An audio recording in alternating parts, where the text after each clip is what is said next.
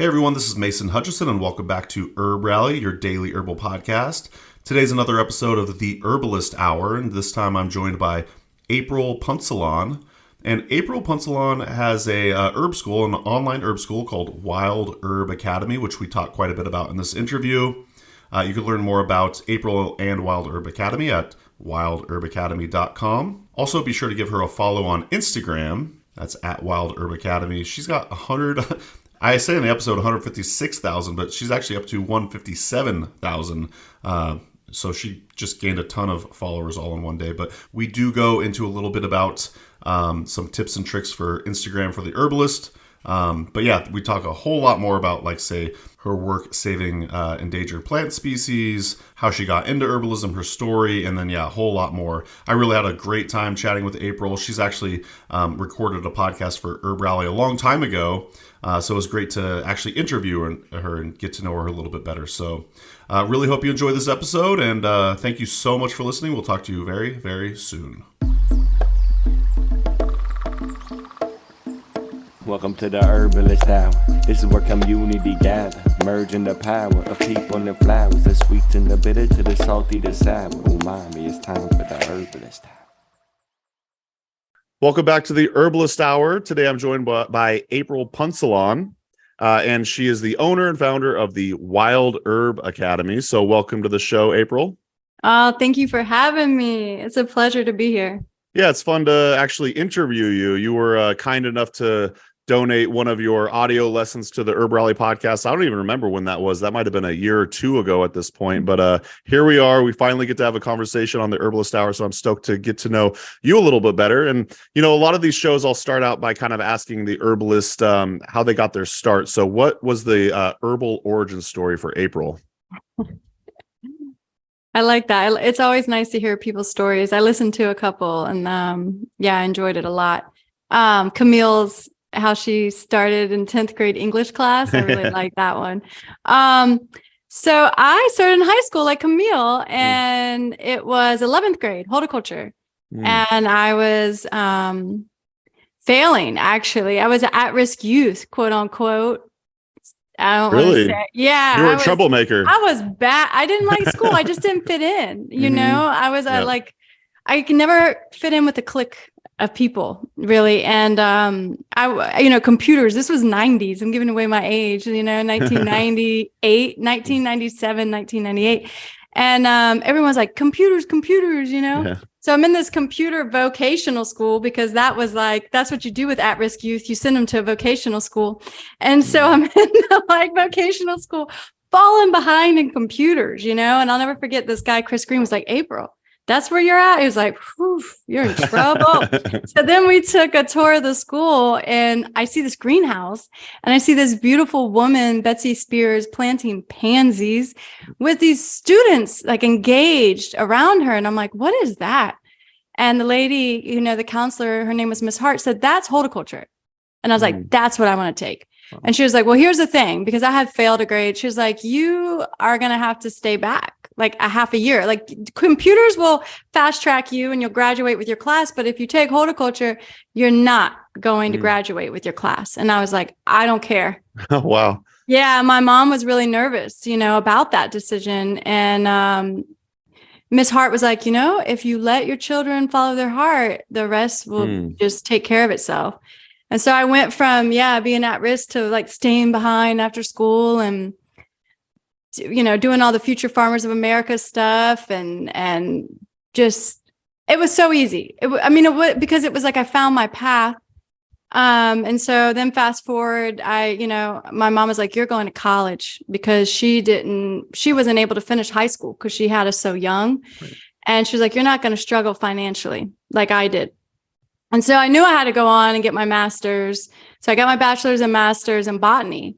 And I was a botanist for the U.S. Forest Service, Nantahala National Forest, and then a botanist for the U.S. Fish and Wildlife Service, protecting rare plants, protecting federally endangered plants along the Atlantic seaboard. And I feel like it was a good way to get back to plants, right? But that's herbalism. When I was in high school, I was into like calendula, chamomile, lavender, and my horticulture teacher got all those herbs for me. Organic seeds, which was a huge deal. Yeah. She knew, She was like my angel. She's no longer here on this earth, but whew, what a powerful mentor I had at a young age, you know? So anyhow, yeah, we could probably talk this whole time about the horticulture experience and being a, you know, inner city youth and how important that was. What city were you in? Norfolk, Virginia. Okay. The biggest naval base in America. Oh, wow. I'm going to talk about car lots and like noise and just not a lot of opportunity, right? For the people that are there. It's like all these people coming in and out, and there's a lot of alcoholism. There's a lot of drugs. You know, people are dying from fentanyl all the time right now. It's just I always think like they just need to like smudge the whole city, like really thick cedar. Anyhow, so yeah, I went on to do all those things. And then, you know, I'm protecting the plants and I'm like, we're protecting this land, but no one even knows how to connect with it anymore because of the displacement of the indigenous people. You know, that connection was there, but it was forced upon them to leave and to not practice. And so here are all these amazing, beautiful plants with no connection, right? And then I was like, I just have to teach. I just realized it was time for me to teach about when I turned 40. So I did all the plant conservation work for a good part of my life. And that really helped me become a botanist, to know plants really well. And I'm very fortunate to have some really good teachers with the U.S. Forest Service, Gary Kaufman, and people that took me under their wing and were like, because, you know, your job as a botanist for the Forest Service is you got to find the rare plants. If you find a rare plant, the timber sale may not happen. And so, of course, you want to find that rare plant, right? You want to find that golden seal. And you got to know all the common plants first, though. So that was, and Western North Carolina is so diverse, like the genera, you know, like the first part of the species name, you know, there's like so many. Where out west, it's like there's more diversity within a genus, but not as many genera. At least that's what a botanist told me that worked out west. So yeah, I feel very fortunate and also extremely blessed to come full circle, to come back to herbalism, right? And I always was practicing herbalism and studying herbalism on my own time, but to realize that we don't need to import any herbs, and that if I can teach people how to connect with the wild herbs, then they'll protect them. So then I realized like I can do more good by teaching than I can by being a botanist for the U.S. Fish and Wildlife Service. Because here's the thing, plants don't receive as much protection under the Endangered Species Act as animals. So for animals, there's a word called take. Like you can't take an animal because of a building, but for a plant, you can. There's actually not even that word.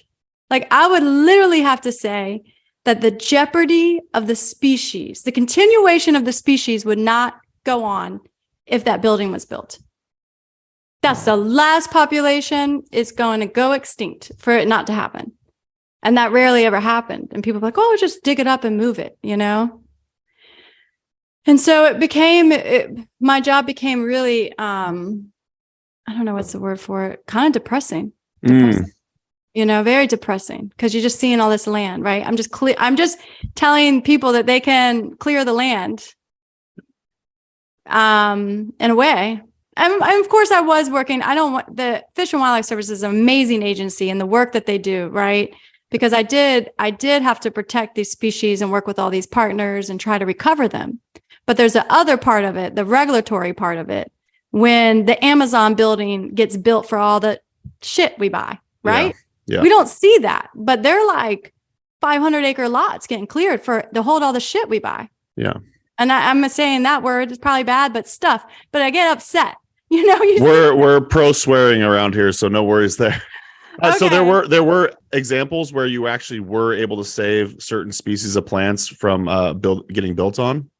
Yes. So I worked really closely with this one plant called Schweins's sunflower, and it's an amazing plant. And we believe that the Catawba Nation ate the tubers. It has like a sweet potato rhizome, and it grows near Charlotte, where there's a lot, like that's becoming a huge city.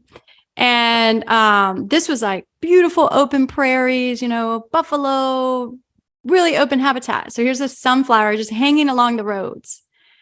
And the roads are widening and widening and widening because of development. Mm. And I would say before I came, everyone was like, oh, we'll just dig it up and put it at this museum. So all these sunflowers were just being dug up and planted at this museum in a big open field, right? And I'm like, no, that's not the answer, because we're never going to be able to save this species, because they're going to all be at this museum. Like, we need to keep these populations along the road. So you have to dig them up. And I didn't say it like that. We're going to dig them up. Yeah. We're going to dig them up. Will you please dig them up? And we're going to protect them at a greenhouse, right? And then after that, the road's built, we're going to put them back out. And so it's able to get contractors and DOT and Federal Highway Commission to put these sunflowers back out after road construction. And sometimes it takes like 3 years. And so that kind of stuff was hard to leave, but I do plan to volunteer, and hopefully my colleagues will still do that, and they were pretty shocked when I left. And it was hard. It was like, whoa, I'm really going to do this. I'm really going to work on Wild Herb Academy full time. So you left your job to essentially be an herbalist and to start your school and everything. Is that what happened? Yeah, to work on the school full time, to teach full time. Yeah, because I was still teaching. I started Wild Herb Academy while I was still working for the government. Mm. And then I was just like, I can't do both anymore. It just physically, I could not do both anymore. And I started seeing all these positive changes happening in people. Like, my husband used to weed eat that, or I used to not care about that plant, or I found this plant along my fence row and now I'm protecting it.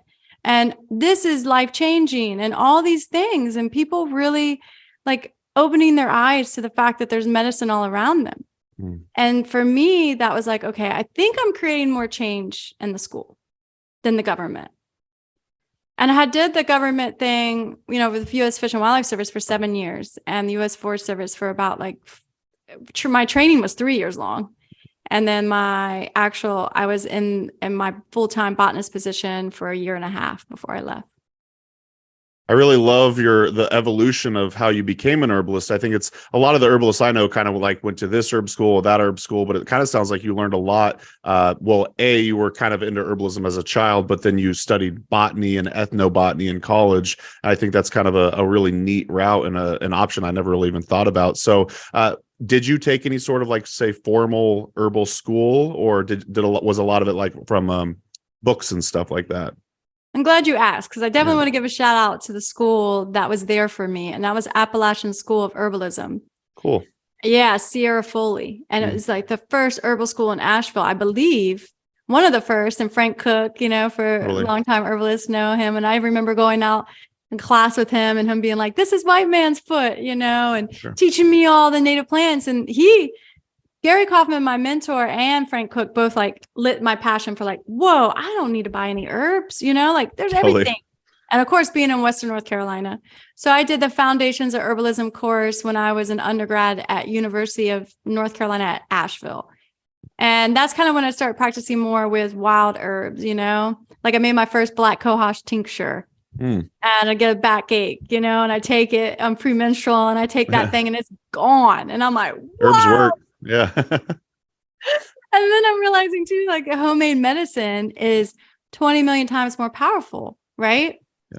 And that connection with the plant, and taking the plant, it's connecting with it and being seeing how big the population is and deciding I'm only taking one individual instead of buying it. I don't know. Anyway, yeah. And healing my daughter, becoming a mom and healing my daughter and seeing so many parents struggle and me struggle too with even telling my husband, no, we don't need to do that, and the doctor being like, yeah, you do. Yeah, you do. And totally. It's we went through the ringer on some things, and so I feel like it's my duty in a way. And I hope to have wild herbs for parents and children to teach the parents, these are your options, I'm not a doctor, but these are your options. and you can try this. This worked for me. I wish I would have did that. And I probably wouldn't have had to do this. If I would have done that, if I would have held my ground, I would have never had to go through that X, Y, and Z. So yeah, it feels good, but it is a lot of work. Yeah. I just want to be out here and, Absolutely. Yeah. I would love to hear more about the Wild Herb Academy and kind of how you went from, say, teaching classes on the side and then kind of building this herbal business essentially, and where it's at now. What does a Wild Herb Academy offer and everything? Oh, well, thanks for asking. So it's funny. So, I had my master's. I just knew I had to teach, right? I'm like studying. I'm like, I wanted to teach. I just had to, it was like spirit. I feel like spirit told me. And so then I was like, okay, I'm gonna go get my PhD. So I started going to meet with professors. I'm like, that's the track. I'm gonna get my PhD. I'm gonna teach. And this is at 40. And I meet with a professor and she's like, by the time you get your PhD, you may be discriminated against, age discriminated. And I was going to have to live in another state. Yeah. And I thought, wow. And I have this book. I don't know if I could find it. Well, actually, I have her right here. But Julia Morton. And I have found this book. It's called Folk Remedies of the Low Country, right? And I'm reading about Julia Morton. And Julia Morton didn't have any formal training, but she was writing books. She got an honorary doctorate. So in my mind, being like a bonsai tree, being programmed, thinking I have to do it this way, I was like, oh, I don't need any more school. I just need to write and teach. That's it. And I didn't know what the heck I was doing. I just knew how to do it. So I started Healing Plant Traditions and started this WordPress website. It was wonky. I just started putting this stuff out there about these wild herbs. I started contacting different newspapers, different things like, hey, you want to publish my article? I got turned down a lot, got a couple yeses. I didn't know what I was doing, Mason. I just was like, I have to do this. And then it evolved, it evolved. And so that would be my message to anyone listening to this. If you don't, you love plants, but you don't know where it's going to go, just go. It'll evolve. Because I started selling tea, Yopon tea. And I was at the farmer's market selling this Yopon tea. And I didn't care how much I sold. I just cared that everyone knew Yopon was the only caffeinated plant in North America, and its closest relative is yerba mate. And everyone in North America should be drinking Yopon and not yerba mate. That's what I wanted everyone to know, right? Or at least I believe so, right? My opinion. Right. Sure. And then I was like, oh yeah, I got to teach. It's just so. Then I formed the school. It used to be called Yohola Herbal School, and then because I teach, 95% wild herbs. I do still teach other herbs. I called it Wild Herb Academy because my goal was no matter where you live, right? Everyone has plants, and being a botanist, I can really help people know which plants that they have, even if they don't know them or they're not used as herbs or they're released right now. Maybe the indigenous people are gone, and so there's no one to teach us. Or show us. We're in other countries. So I do a lot of research in China, Japan, India, these other countries where the people from there are still there. And so that connection is really strong. And I just look at all the plant species, right, by Latin name. And then I start cataloging them and working with the medicine.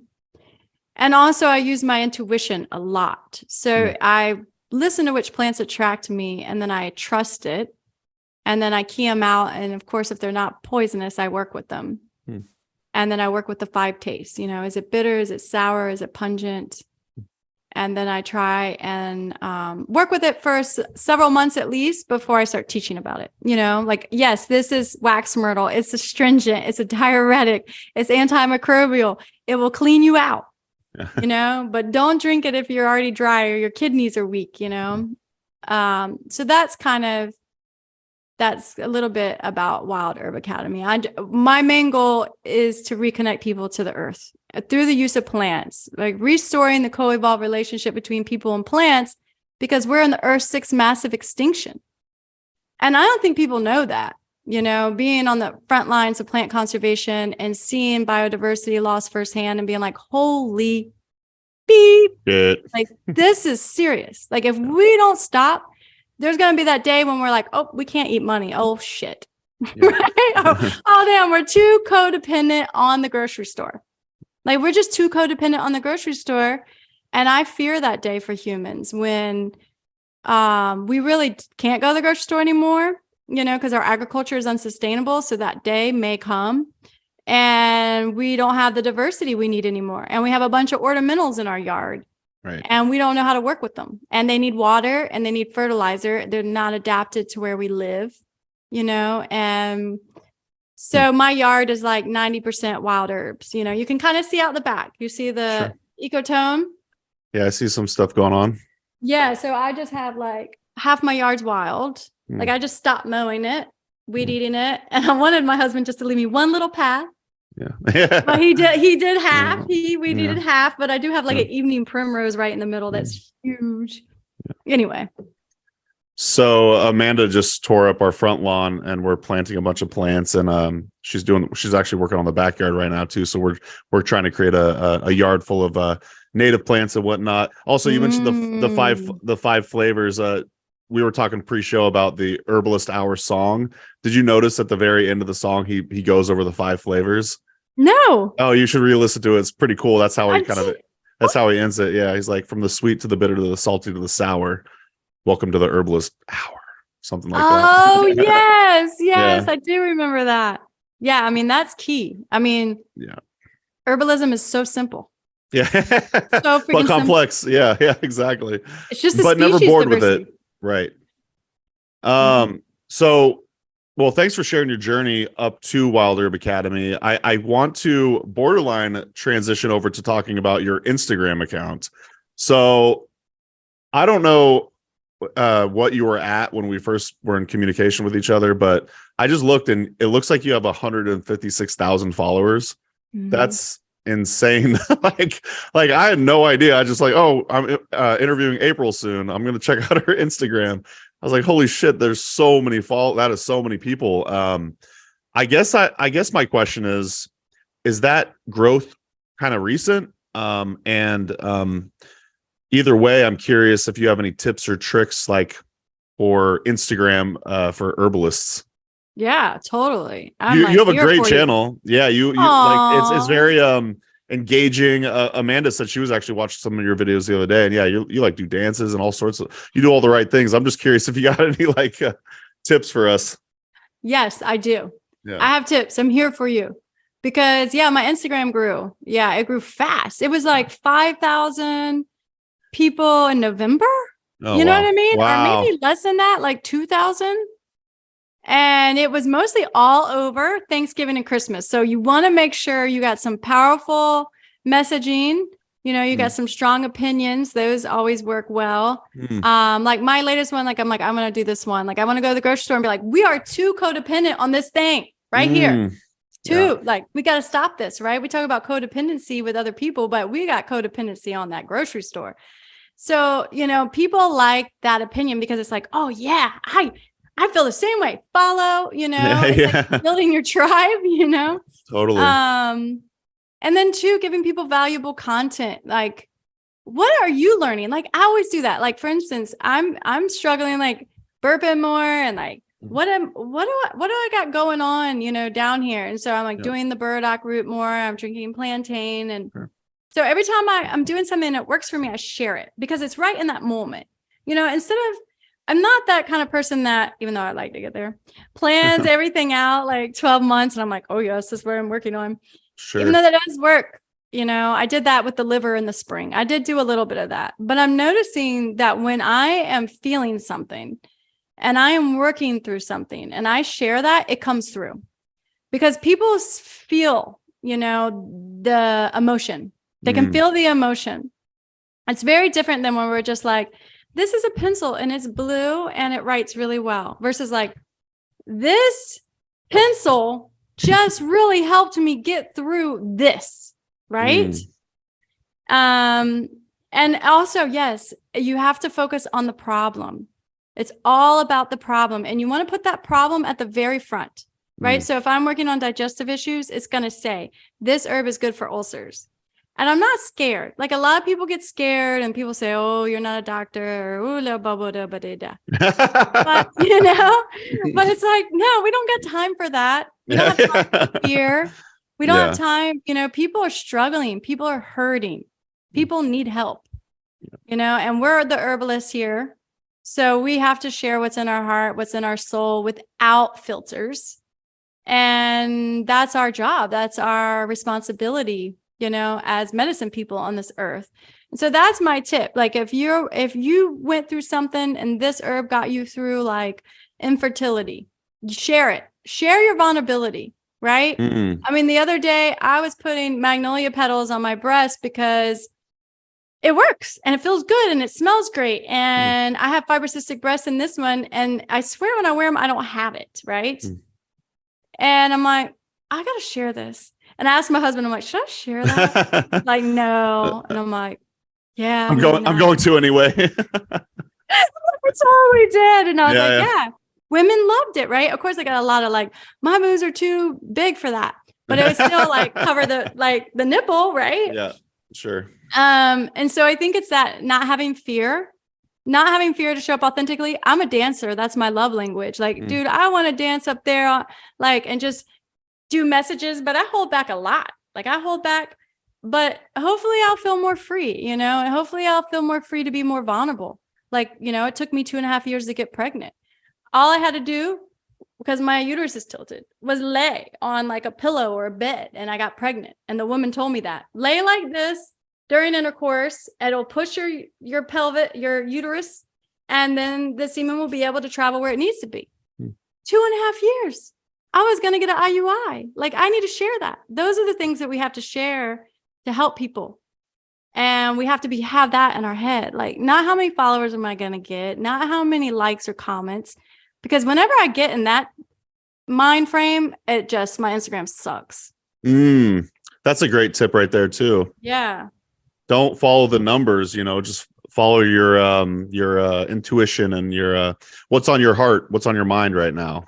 What can be helpful to others? Definitely. Yeah. What can be helpful for others? What major struggles did you go through or your clients went through that you saw success? And reels. You got to do reels. You just pictures are obsolete now. Yeah. You got to do these reels and try to batch them if you can do 7 in a day or go out in the woods. I love this. This is when my Instagram started taking off. I just was like, I'm going to do Instagram today for like 2 hours and I would go in the woods and I would just do like 7 posts. That's super cool. I like also how you said you put the problem at the beginning, even on like, say, a short reel. If they don't automatically know what it's about, they might just swipe past you. But you put the problem right there so they stick around. And one of them, I was going to ask you about this. One of them, you put it right at the beginning. You were like, this is a true story. I used to be called a tree hugger. And then you basically talked about your love of hugging trees. And now you don't give a shit anymore. The people call you tree hugger. So it's kind of a question about can you just speak to being a tree hugger? Because Amanda and I actually went on a really beautiful hike the other day. We're in a new town called Appleton, Wisconsin, and there's this beautiful park called High Cliff State Park. And we were hiking around, and for whatever reason, I saw this big tree. And I was like, I'm going to hug that fucking tree. And I did. And it was, it just feels so good, you know, every time you do it. And I feel like it's been a while since I'd done that. And then I saw that on your stories or your reels. And I was like, I have to ask April about hugging trees. So why don't you speak to that a little bit? That's funny. So yeah, when I was in high school, I was, I guess, what you would call like a flower child, hippie, tree hugger, right? I was called all those things.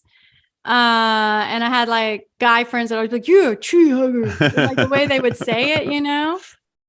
And in a way, there was part of me that was like, wow, I wish I had a clique of friends, you know, like I'd see all these groups of people and I'm an extrovert but then I like labeled as this tree hugger, as this person, you know? And I feel like I was a medicine woman. I feel like I'm a medicine woman in America, which is a really hard place to be as a medicine person. And I didn't know that I was a medicine person, quote, and what that meant and how I should deal. Like, how how I should honor it, right? Yeah. And not put a cloth over it or dampen it. And it didn't happen until I was like at a festival called the Gathering of the Peacemakers. And this man named Robert Roskine was like, if you have been alone most of your life, or you were always kind of like an outcast, it's because you're a medicine, or you're a peaceful warrior. You're like a medicine person. And I was like, oh, so I'm a medicine person. I'm a tree hugger. I want to touch these plants. I want to love these plants. I want to meditate with them. I want to lay on the earth. But maybe in a way, in my culture where that's all been, shoved down, I feel weird and awkward about it. But now I know I have to live my life untamed. I got to be that untamed cheetah. I have to do this for everyone, right? So I have to hug that tree and not feel weird. I mean, I probably still will feel weird if someone walks by and sees me hugging the tree, Let's be real. I'll do Kundalini yoga sometimes on the beach, and I'm doing this, and it feels so good. And I'm getting in this beautiful space, and I'm opening and expanding. And then people walk by, and I'm just like, I can feel it. It's that.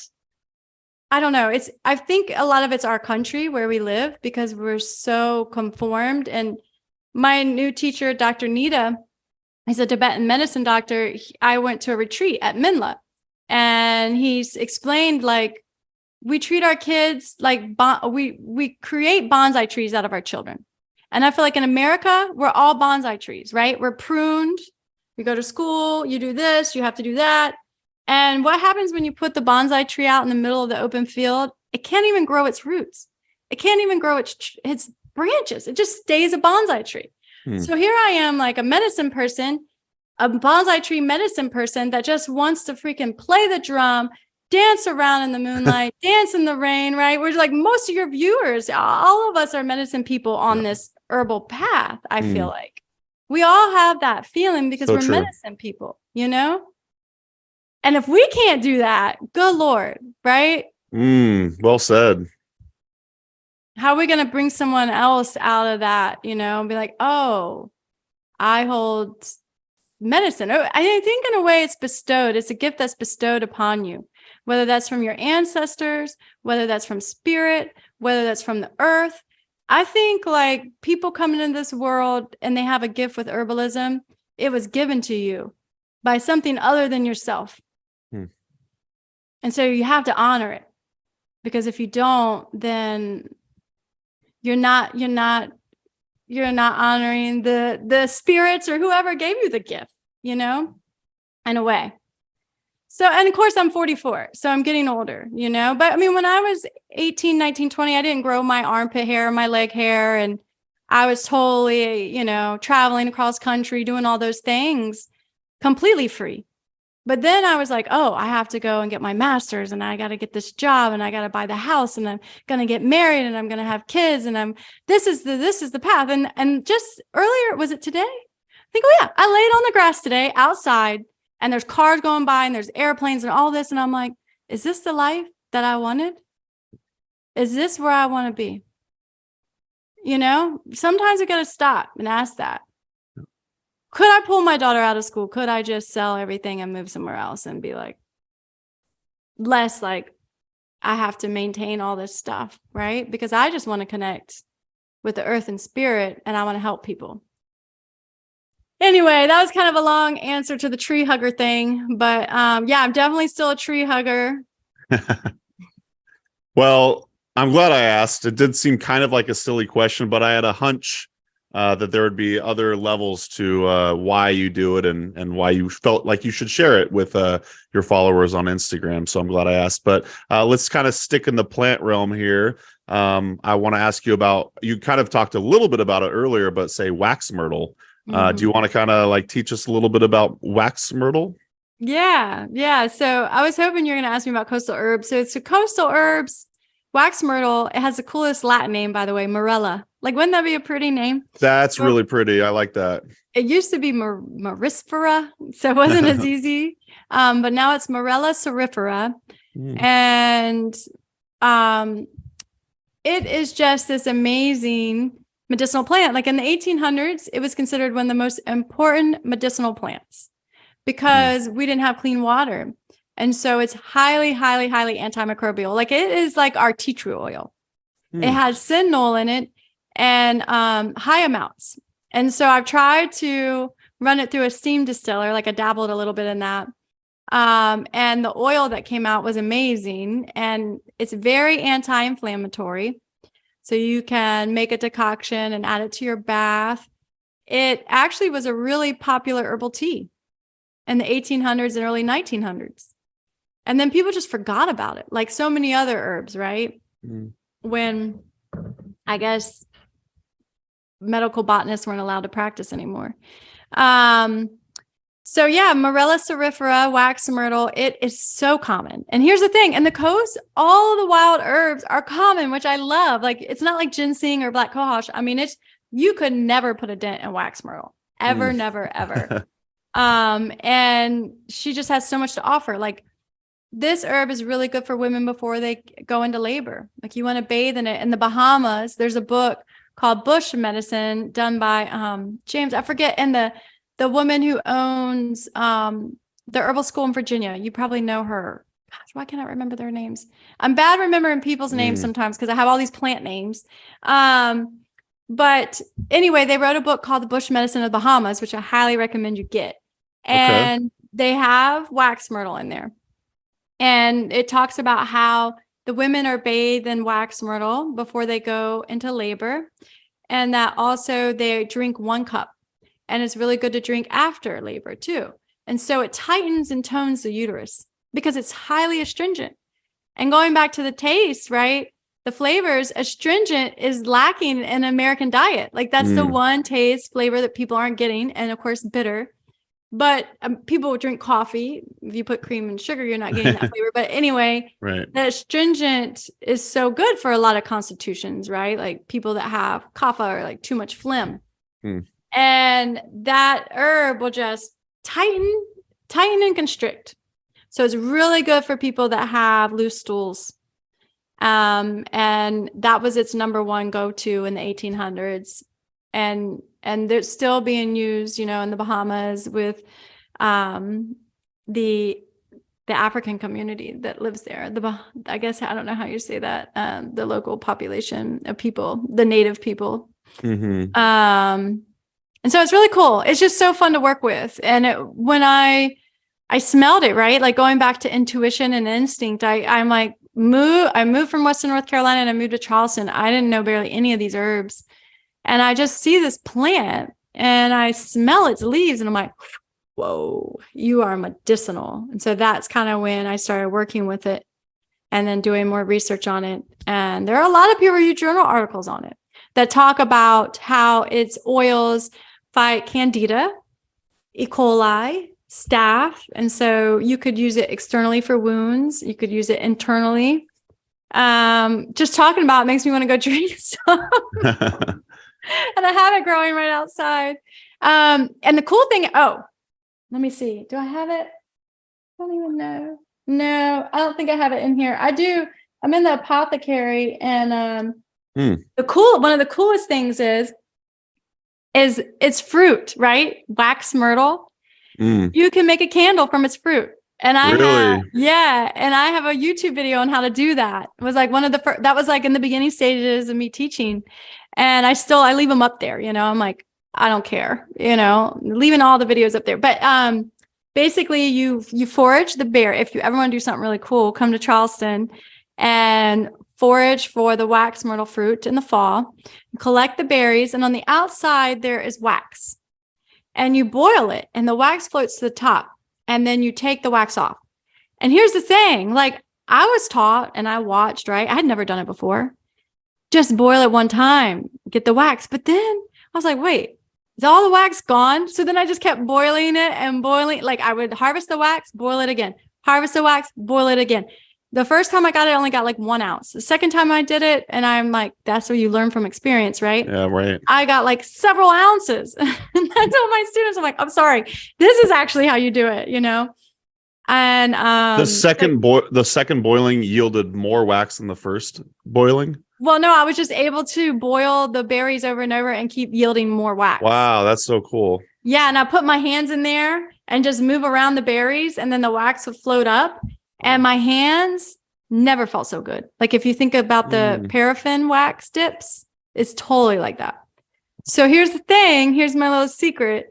I take that. I'm like, this is wax. So you can make a candle, and it's a beautiful thing to make, right? And then you have that on the winter solstice, and it brings good luck. And it's this beautiful green color, and it's got a beautiful flame, and it lasts way longer than any other wax I've ever worked with. So I do recommend making a candle, but you can take that wax and use it in salves. And I have a facial cream recipe with the wax, and it's amazing because it's astringent and it's emollient. And here's this plant wax that's just divine at our fingertips everywhere on the coast. It's ubiquitous. It's everywhere. It is everywhere. It's That everywhere. is so neat. You could write a whole book on wax myrtle. You could write a whole book on wax myrtle. Do you have a blog with that recipe? No, I give the facial cream recipe to my students, and members, but cool. I do have like how to make the candle. But awesome. I might put it in a book. Like I'm working on a book that probably won't be published until 2025. And we decided, like, all the people that were editing it were like, you have too many species that occur other places, right? Like sassafras. Or what's another example? Just some species that are in some of these other books, right? Yeah. And they're like, you just need mostly coastal plain endemic species. And so then I was like, well, what if we do just maybe 25, 30, and then we just go really deep with those? And I do more recipes. So maybe it will come out in a book, maybe. Yeah, because I've been having a lot of fun working with these plants and playing around. So that's going to be a lot of fun. Instead of trying to do 50 plants, just do like 25 coastal endemic species with all the good recipes.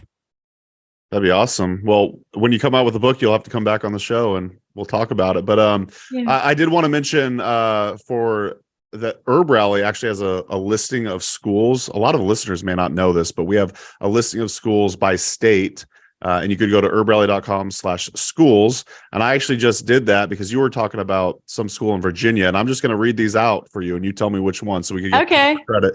So there's the Blue Heron Outdoor School. There's the Green Comfort School of Herbal Medicine, the Heart of Herbs Herbal School, Sacred Plant Traditions. That one.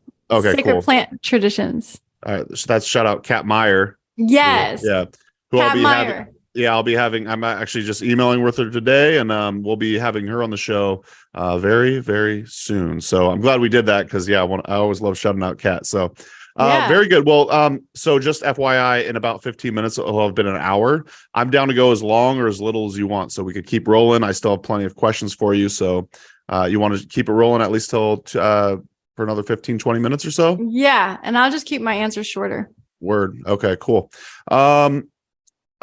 I really did want to ask you this today, so I want to be sure to ask it before time's up. But can you walk us through the process of harvesting plantain, aka plantago seeds, and then using them, say, as psyllium? Because I've always heard that's what psyllium is, but I've never really actually done it. So, and I think you did that recently on Instagram. I did. I'm like, I wanted to bring them in. Oh, can I show you? Yeah, please. Okay, cool. Sorry. No, you're good. So for the listeners, if you're listening to the audio only version, this is also available on YouTube. So if you want to see what April's up to, check out the video version of this episode on our YouTube channel. So all right. So this is the seed head, right? And I'm gonna tell on myself. I'm gonna be honest. So plantain, I used to not teach about plantain because I'm like, all herbalists teach about plantain. So I'm just gonna teach about these obscure herbs, right? And then I was like, no, plantain is everywhere and plantain is amazing. So I have to teach about it.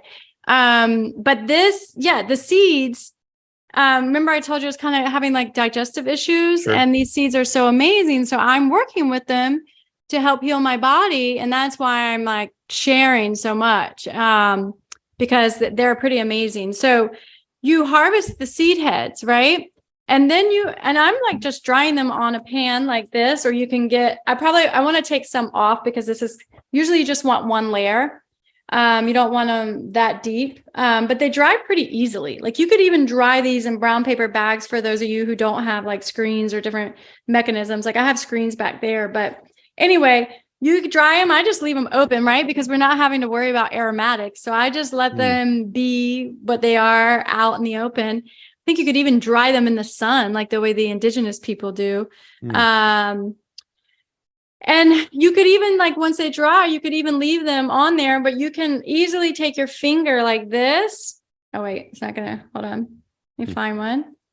And just pull the seeds off with the seed husk. And so here is the seed and the seed husk, okay? And to get the seed out, at least of this one, I think it's probably easier with Plantago major, which is common plantain. This one is Lanceolata, English plantain. Yeah. Which is my favorite because the leaves, like, oh my gosh, they're amazing. Like this is the tea, and the tea is this beautiful dark maroon. Oh, wow. I really want you to see it. Really dark maroon color, you know, and you have to make it to appreciate it. That's the thing. It's like with you got to do it to appreciate it, right? Sure. So you get these seeds, and I recommend just leave it in the seed husk. Because you'll see if you Google, you know, psyllium seeds or plantain seeds, you'll see a lot seeds and seed husk, right? Because you're still going to get the mucilaginous properties from the seed, and you get a little bit more fiber from the seed husk. And then you don't have to go through all the trouble because we're limited in time. So I would never want someone not harvest these seeds because they don't have to clean the seed husk away, because I find it completely fine. And what I do with them is I do it in my oatmeal. So I do like a half a cup of oatmeal with like 1 tablespoon of plantain seeds and 1 teaspoon of ground flax seeds with a little maple syrup. And that's been very demulcent and mucilaginous and extremely healing to my digestive system. The other thing you can do is you can just put them in a blender with water and blend them up and drink them that way. Or you can, of course, make a tea. But I highly recommend drying the leaves and using those all winter, especially if you have English plantain, because it is amazing. I mean, it is amazing tea. And I'm going to start drinking it every day now with my burdock. So I've been doing plantain and then another tea blend, which is burdock, calamus root, and a couple cardamom pods. And then I've been sweetening most of my stuff with maple syrup. Do you harvest the calamus root, or you buy that somewhere? No, I've been looking for calamus root in the Low Country for a long time, and it's just not that. It's not common. Like you barely ever see it. I one time bought a rhizome from Strictly Medicinals, and then I was growing in my backyard when I lived in Oregon. So theoretically, that's an option. You might be able to grow it, like say, in some sort of pond situation in your backyard. I totally need to do that. I had some from, like, I don't know what kind of calamus it was. It was from a garden, like one of those experimental gardens. And I just took a little piece and it did so well. And then it's a long story, but anyway, it's dead now. And so I got to get some more calamus because it's one of my favorite. I like to just chew a little bit on the root. Yeah, I think it's really neat. You were saying how you like to teach about more like obscure plants as opposed to say like how everyone teaches about plantain, which is true. It's always like the first plant that teachers will teach. And I think it's cool that you still found like a unique way of teaching about it, which is by using the seeds. I'm sure a lot of other herbalists teach about the seeds, but honestly, like I've gone this long in the herbal world, and I still haven't ever harvested plantain seeds. So I think that's a pretty unique thing that I'm definitely going to be doing here coming up. So why don't you tell us a little bit about your foraging membership? All right. Well, it's called In Season, and it's designed. I designed it to really help people reconnect to the earth through the use of wild herbs. And so I teach 3 new wild herbs each month. And I have some members that don't live, in Charleston or live in other areas of the world. And so I try to leave like some of the herbs in January up, if they're in Canada, they can still watch it.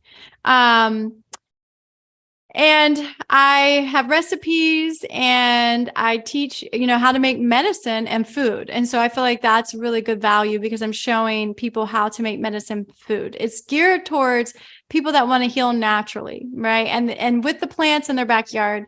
And then the other thing that I do for people is I teach them to trust their intuition and to send me pictures of plants they're attracted to. And then I key them out for them. And then if I'm 100% certain, then I tell them what it is and how to use it and work with it if there's a use, or I tell them, it's poisonous. I've had a couple people send me pictures of euphorbs, plants in the euphorbiaceae.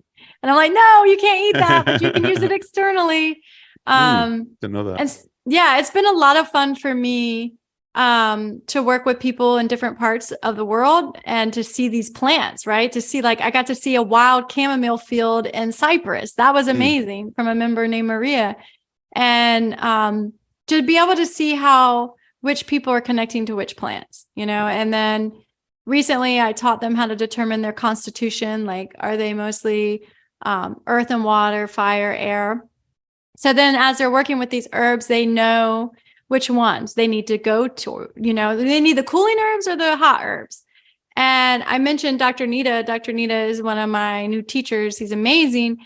And learning about Tibetan medicine, it's so similar to Ayurvedic medicine. But one thing that I was really fascinated with is that they're talking about, like, if the herb grows in the cool, moist place, that's really good for pitta, right? If the herb grows in a really hot environment, that's really good for kapha. And I'm like, that makes sense, because spiderwort is so good for me, violets are so good for me, and I'm pitta, and these herbs are in the cool environment.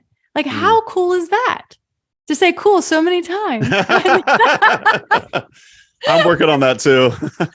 Like wild mustard, for instance, Brassica gensea, that plant is in the hot sun, and that plant is pungent and spicy. So I kind of been thinking a lot about that, like where the plants are growing and how it works in the body.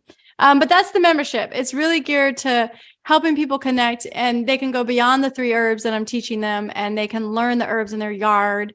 And right now, I hope I can do that for a while. I may have to eventually hire another botanist, to be able to help me. Sure. But right now, they get to work one-on-one with me. That's cool. Yeah. Cool. Yeah, it sounds very interactive. It sounds like you're actually, like, interacting with your members and everything. It sounds very unique. So where do they learn more about that? Is that wildherbacademy.com? Yeah, wildherbacademy.com/forage-monthly. Awesome. Forage-monthly. Yeah. And I think my goal, so I want to create milestones for them. And the end milestone is, 50 wild herbs. 50 wild herbs, and you can heal your family and friends with those 50 wild herbs. And they're within 2 miles of your doorstep, preferably. Yeah. And if you live in the city, then you're working more with trees and shrubs, right? Yeah. But I think it's doable for most people in this world, I hope. To know 50. Hope. Yeah. That want to, right? And the ones that want to and that are really interested, they do so good. And that makes me keep showing up. It makes me want, because I was teaching in person, and now I'm teaching predominantly online. And that, can be hard. Yeah. But it's been having that connection. Like, we have a private Facebook community, and people are posting their pictures, and we're inspiring each other. Members are inspiring me, like I posted a picture of gardenia flowers, because you can, those are unnerving, and then someone else posted a picture of their spiderwort water. And so that part makes me feel a little bit more connected. And then I think what I'll do is have retreats for the members, and they, get a discount. So then we can have that community. And then hopefully what I'd love to do is hire teachers, to work in different places. If I have a lot of members in a particular area. Yeah.